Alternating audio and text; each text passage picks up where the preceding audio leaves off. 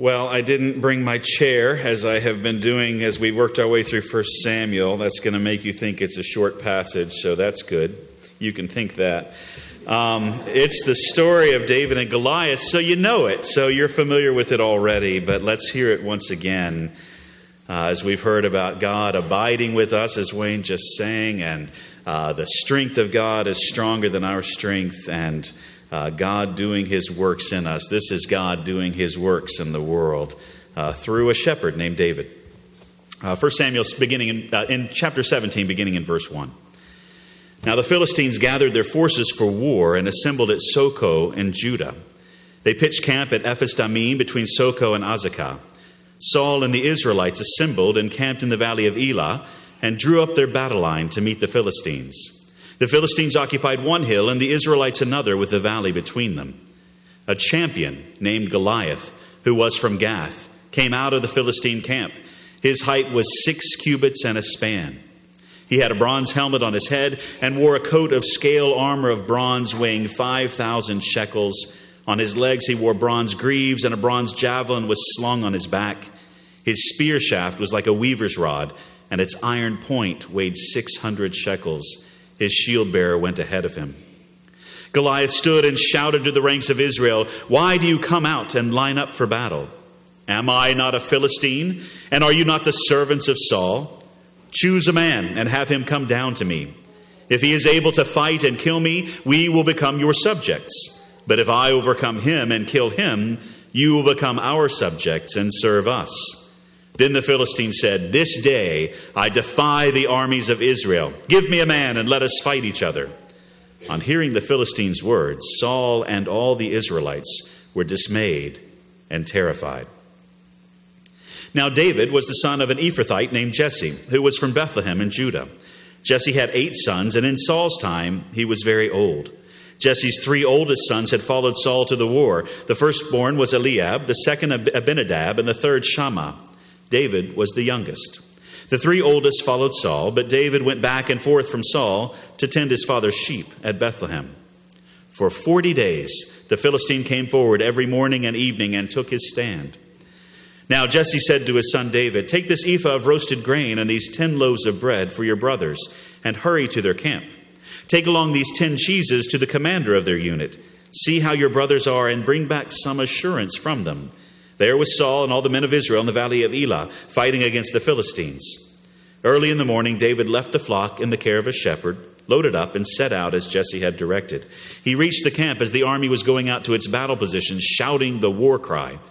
Israel and the Philistines were drawing up their lines facing each other. David left his things with the keeper of supplies, ran to the battle lines, and asked his brothers how they were. As he was talking with them, Goliath, the Philistine champion from Gath, stepped out from his lines and shouted his usual defiance, and David heard it.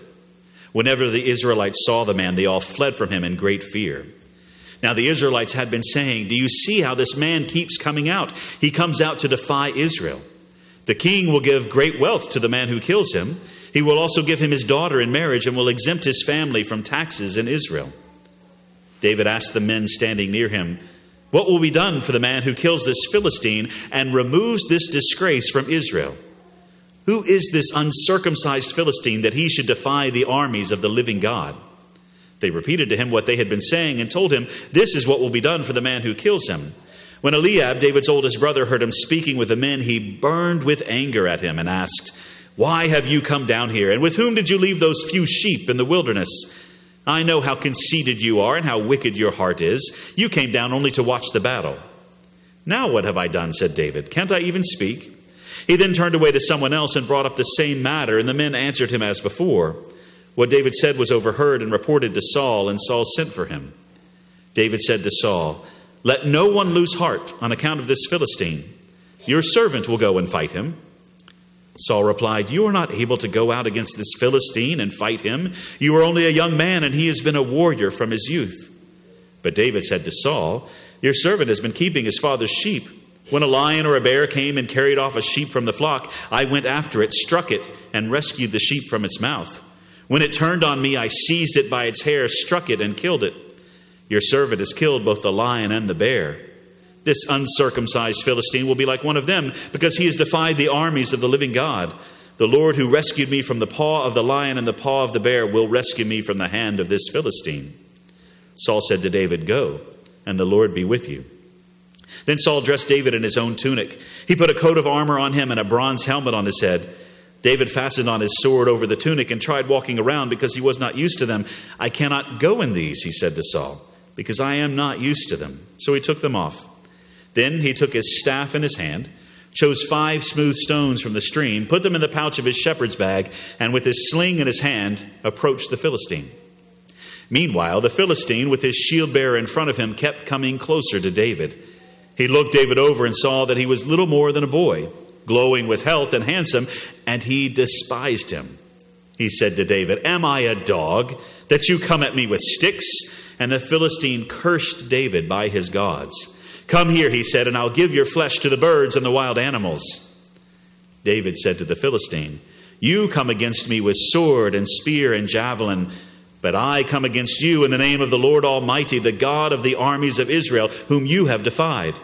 This day the Lord will deliver you into my hands, and I'll strike you down and cut off your head. This very day I will give the carcasses of the Philistine army to the birds and the wild animals, and the whole world will know that there is a God in Israel. All those gathered here will know that it is not by sword or spear that the Lord saves, for the battle is the Lord's, and he will give all of you into our hands."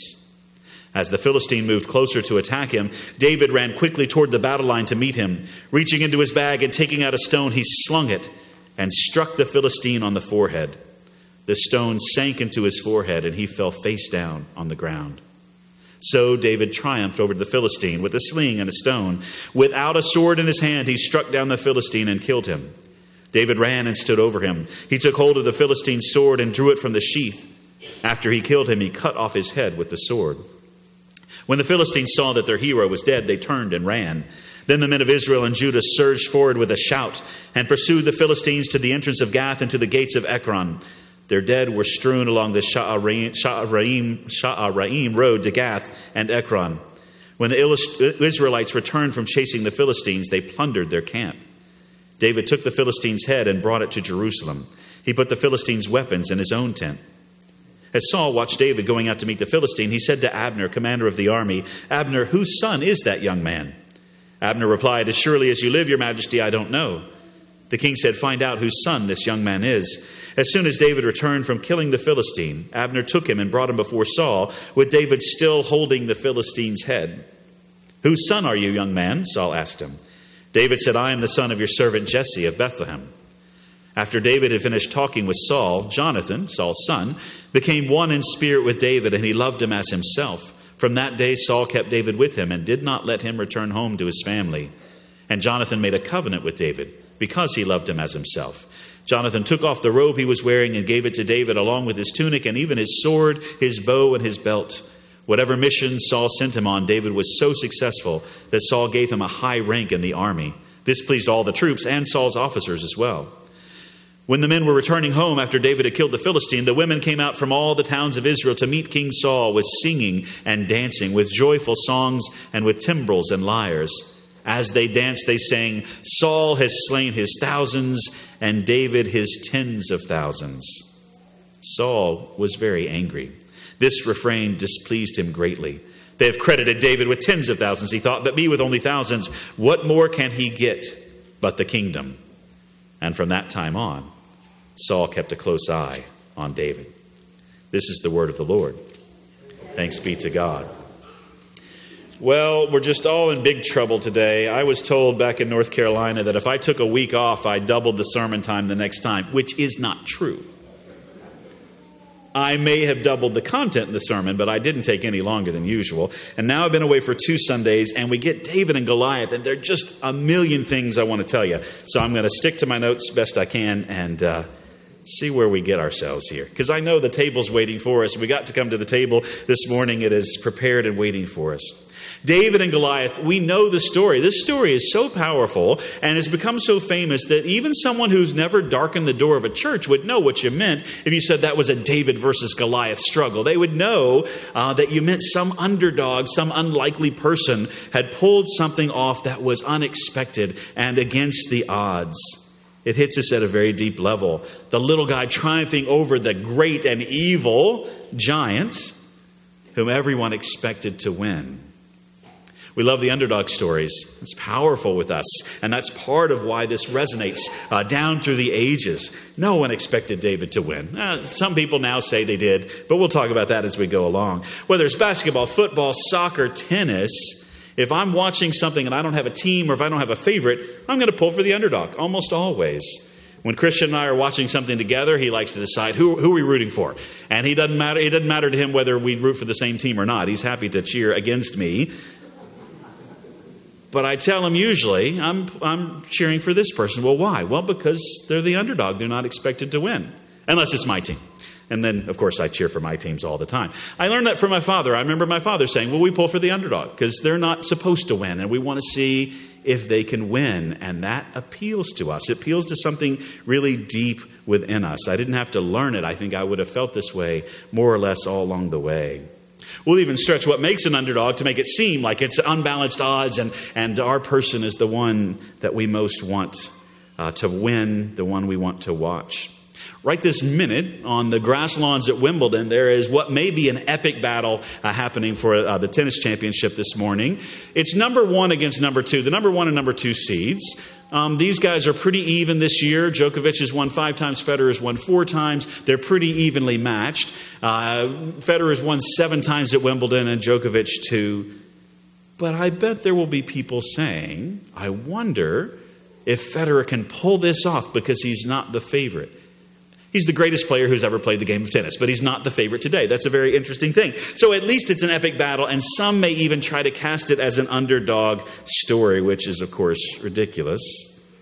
Probably not a David-Goliath thing today, at least not that one, because the odds have to be a bit longer for it to be David against Goliath. So many people say that the reason this story has such a lasting power and place and fame is because it's the very sort of unexpected triumph that everyone said couldn't happen. You couldn't pull this off. Everyone thought this person could not lose, and then the unexpected happens, and we love it. Against all odds, against all expectations, the outcome is different. But do we expect it? Or do we hope for it at least? We hope for the underdog to be able to pull this off. One of the reasons I think the underdog story appeals to us is that at various times in our life, we feel like the underdog. We feel like everything's stacked up against us. We feel like there's no way that we're going to be able to come through. And we so much want to. We want so much to prevail against forces that are greater than our resources. Can we pull this off? Are we going to be able to win? This is more than that, though. This is not just a story that encourages me or encourages you to stand up against what seems too much for us or to somehow make a stand against odds that are just too long and we can't expect to win. We might say, remember David and Goliath. We might be able to come through in this case. More than a character in a movie. Tons of movies about this, by the way. Everything from true stories like Aaron Brockovich to any number of, Rudy, the great football film. No one expected Rudy. See, that's the thing. No one expected Rudy to make the Notre Dame football team. He's never going to do it. He's too small. He's worked hard, but he's never going to do it. But you wouldn't have watched it if you didn't think he probably was going to make it. And then he makes it on the team. He's never going to play. But you wouldn't keep watching if you didn't think Rudy might get a chance to play. You are not allowed to watch Rudy with me, by the way. I've seen it I don't know how many times, but I have to cry at the end, even though I know what's coming. I know he's going to play. I know he's going to do well. I know that the crowd will go crazy. But more than the overmatched team, more than the underdog little guy, can he possibly make it? This becomes a life and death situation. Certainly it is for David and Goliath, but it becomes good versus evil. And it's about what or who is going to win in this world. I think that's why we love the underdog story, because more often than not, we find ourselves up against something that is just too much for us, particularly when it comes to life or death. The underdog triumphing against all odds. And that's the way that most of the world has looked at this story for most of its history for thousands of years.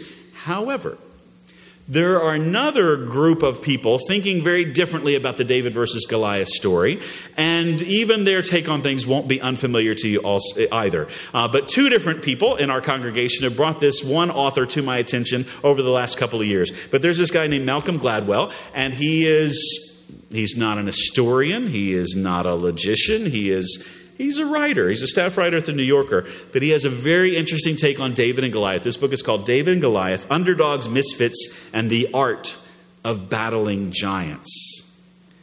And he says that we're learning all the wrong things from the David and Goliath story, and that we don't understand the David and Goliath story at all. Well, his main point is that we're looking at it wrong. And he has some really interesting ideas about Goliath, about this, 6 cubits and a span, which is about 9'9". I hope that, I didn't tell you what page numbers this was on, but with all the shekels and the cubits and the spans, I hope you look down, because 9'9", about 3 meters high. His armor weighs about 125 pounds. His spear tip weighs about 15 pounds. I mean, this guy's loaded down. Well, Gladwell says, you know what may have been wrong with Goliath? Didn't look like anything was wrong with Goliath. He was huge. He was powerful. Everybody was scared of him. Saul, who was described as standing a head taller than everyone else in Israel, would not go out against him one-on-one in mortal combat, right? He was scared of him. Gladwell says, you know, there's this medical condition. I'm not going to take long with this, but it's an interesting idea. Called acromegaly, and it has to do with a tumor on the pituitary gland where people just grow and grow and grow and they never stop growing. So maybe that's why Goliath was so big. Fine. That doesn't matter to me one way or the other. He was huge. But he also goes on to say, and one of the things that happens with acromegaly is the tumor presses on the nerves presses on the optic nerves. And so people with acromegaly can't see all that well. And so that's why Goliath says, why do you come at me with sticks? Do you think I'm a dog that you would come at me with sticks? And David just has one stick, his staff, his shepherd's staff, right? I don't know. Maybe he was moving slowly. Maybe he didn't see all that well. Because Gladwell's point is, anyone in the ancient world who saw this matchup would know who was going to win. Here comes, also the fact that he had a shield bearer with him, because Goliath was heavy infantry, right? He had all this armor. He had his spear and a javelin and his sword. He didn't really need a shield bearer so much. That was used for other people to protect the slingers and the archers. They were the ones who had shield bearers. And he said this whole point of the shield bearer is that he's the guide to the guy who's nearly blind. Gladwell says that anybody would have known, you got a guy with a sling who's probably good with it, and you've got a guy in armor, and they're going against each other, and as long as the guy with the sling doesn't get too close, he said everybody would have known who would win. Well, the army of Israel is terrified. The army of the Philistines are overbearing in their arrogance. They know that their champion cannot be defeated. But as I told you in the children's lesson, guys with slingshots were pretty good when that was how either they got food or how they defended themselves. They could be accurate almost to 200 yards. The longest sling that's ever been recorded was a modern thing. It was about 25 years ago or so. And a guy threw a stone from a sling 437 meters. Trying to think, where do you try that test? And who's out there going, yeah, this way, over here. But let me know when you let go, because I'm going to have to duck it. Gladwell says everybody knew the power of the sling. People could be decimated. And it wasn't just in the ancient Near East. Even in the Peloponnesian War, the mighty army of Athens was just destroyed by a bunch of guys with slings who were up on a high place, and they were raining down stones on them. So he says that we really shouldn't have expected David to lose in the first place. We never should have expected Goliath to win, because what looked like a disadvantage was an advantage. Well, again, now we know some of these ideas, right? This has to do with warfare and how the small maneuverable force can strike from a distance and then run away again, while the huge army, overwhelmingly, turns out not to be, large army that tries to dictate the terms of battle, its own terms of battle, is unsuccessful. We know that from our own history, right? We're only a little more than a week away from Independence Day. And this ragtag band of colonists who did not agree about why there ought to be a revolution, weren't even entirely sure they wanted to break away, but certainly wanted some things together, and they decide without a real army to go up against the most powerful army, the most powerful navy that the nation had ever known. And here we are in the United States of America 200 and some years later, right? Because we didn't fight the way they wanted us to fight. We didn't line up across a field, several lines together and then shoot at each other until we saw who was still standing at the end. We tried that. It didn't work out well, so then we hid behind trees because we learned that from the Native Americans that we took the country from in the first place. And our guerrilla warfare turned out to be amazingly successful. And it's not just there. Lots of examples of the small maneuverable force. Gladwell goes on to talk about Lawrence of Arabia, which may have caught your attention since Omar Sharif, who played him in the movie, just died this weekend. Lawrence of Arabia takes a group of Arabs, Bedouin nomads, and goes against the Turkish army, which was also one of the great forces in the world at the time of World War I, and is able to defeat them in various raids, but also against the town of Aqaba, which still occasionally comes up in Middle Eastern politics and news. But they attacked over the desert. Nobody comes from the desert. The Turkish forces were all looking out to sea. The British Navy was out there patrolling to the west of the city, and they knew that they were strong enough to hold off the Navy, and they never paid attention behind them to the desert, because who would come over the desert, over miles and miles of desert to attack? And Lawrence of Arabia came, and a few hundred soldiers overwhelm a force of 1,200 and win a very important battle. And, by the way, one of my friends I talk about a few times down in near the Philadelphia area, his wife, Margaret, has written a number of books and writes a blog because my friend is in hospice, has been for a long, long time, is dying, and she does a daily blog. Turns out her grandfather went over to Oxford University in England before the First World War because he was an American Rhodes Scholar. And he met this guy there who was a bit of a loner and not particularly well accepted. His name was Tom Lawrence, and they got to become friends. And it turns out Tom Lawrence, a few years later, became T.E. Lawrence, Lawrence of Arabia. So a friend of ours had a grandfather who was friends with Lawrence of Arabia. Gladwell also says our statistics are all wrong. What we expect is all wrong. Huge, overwhelming force. Let's say a great big country with a big army fighting a small country with a small army. What would you guess the odds are that the big army would win? You would probably say most of the time, and you would be right. But would you guess that it's only about 71% of the time that the huge country with the huge army defeats the small country with the small army?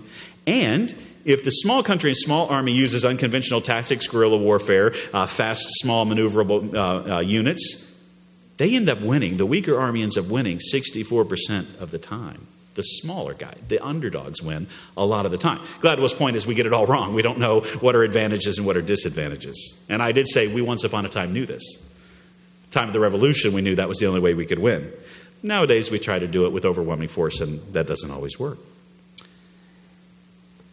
Gladwell says almost everybody knew after a few minutes that as David walks down that Goliath's in big trouble. The story doesn't seem to read that way. And of course the story is about David, not about Goliath. But at least we know that we root for David because we feel like he's the underdog. We root for David because he's going up against a giant. And here's the thing.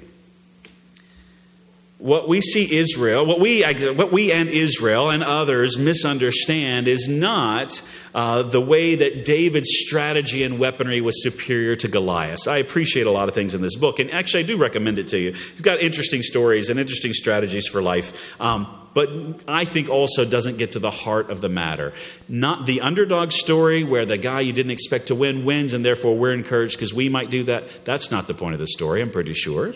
The fact that he used unconventional tactics, which really weren't unconventional in the ancient world, and was able to overcome a foe, and we should have known that. I don't think that's the point of the story at all. We finally get to the point. Here's the thing. The most important phrase in that whole long story about David and Goliath is simply this: the battle is the Lord's.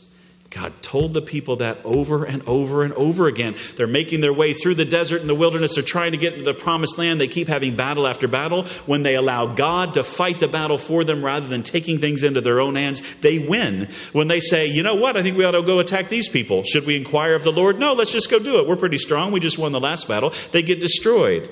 Over and over again, God says, I will fight for you. You do not have to fight the battle. And when you do it on your own strength, you will lose. But if you allow me to do it, you will win, because I will win for you. Not by sword or spear that the Lord saves, but the battle is the Lord's.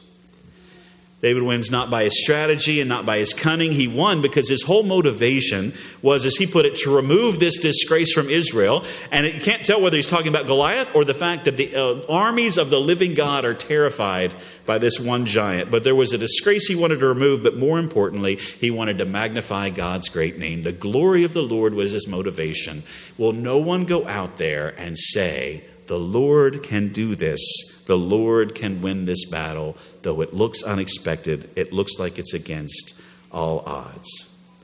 The glory of the Lord was his primary concern, and God brought everything together. I mean, David's been out with the sheep, back and forth, back and forth. He happens to show up on this day right as Goliath's coming out and shouting out his defiance. David has been spending his time in the wilderness with the sheep, but also has been in training in ways he did not expect, killing lions and bears. And I was so sad about the way that this ended up being translated. He said, when the animal would turn on me, I seized it by its hair and struck it and killed it. What he's saying is, if the lion turned on me, I'd grab it by the mane, the symbol of the lion's strength and magnificence, right? I'd grab it by the mane and I'd kill it. Gladwell says, so really, the lion's strength becomes its weakness. I'm not concerned about that. God brought everything together in such a way and at such a time that God could win the victory. We are the underdogs, or so it seems, a lot of the time. Too much, too strong, too scary. How are we ever going to get through this?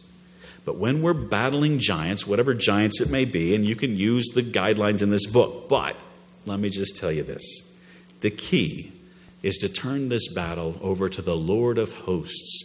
Lord Sabaoth, we sing usually around Reformation Sunday in October. A mighty fortress is our God. What does the Lord Sabaoth mean anyway? Does it have to do with Sabbath? Not at all. Lord Sabaoth means the Lord of hosts, all of God's armies. Because Gladwell's right about one thing. We don't see what's going on here. We see a little shepherd boy coming down the mountain. We see this great big giant in all of his armor with all of his weapons. And what we do not see are the mighty hosts of the God of Israel. All the armies of angels aligned so that God's name would be glorified and God's people would be delivered, would be saved. It's his salvation story. So whether we're right or wrong about seeing the underdog appropriately, correctly, or whatever, we are the underdogs when it comes to big things, when it comes to life and death. We're about to go to this table. This table is a wonderful place to remind ourselves that the battle is the Lord's. Because this table represents a victory over sin, which we could not conquer, and over death, which seemed way too much for us and seems way too much for all the world, even today. Jesus wins the victory. And not by sword and not by spear, but by sacrifice. The battle is the Lord's, no matter what we face, no matter what giants we battle. The battle is the Lord's, and he will win it. And he has won it in Jesus Christ. Will you please join me in prayer? O Lord our God, by your grace, help us to remember that the battle is yours. You never give us too much to handle that we cannot handle with your help. Whatever challenges we face, we can handle with your help. It's when we try to do it ourselves that we find ourselves in all kinds of trouble. And particularly when we feel like we're against overwhelming odds. Help us to turn to the Lord of life, the Lord of victory, the King of kings and Lord of lords, who defeated sin and death on a cross, on a hill, and by coming out of a tomb now empty forever, because Christ is risen from the dead and is victor, conquering all that threatens us. We thank you for winning the battle, for your glory and for our salvation. We pray in Jesus' name. Amen.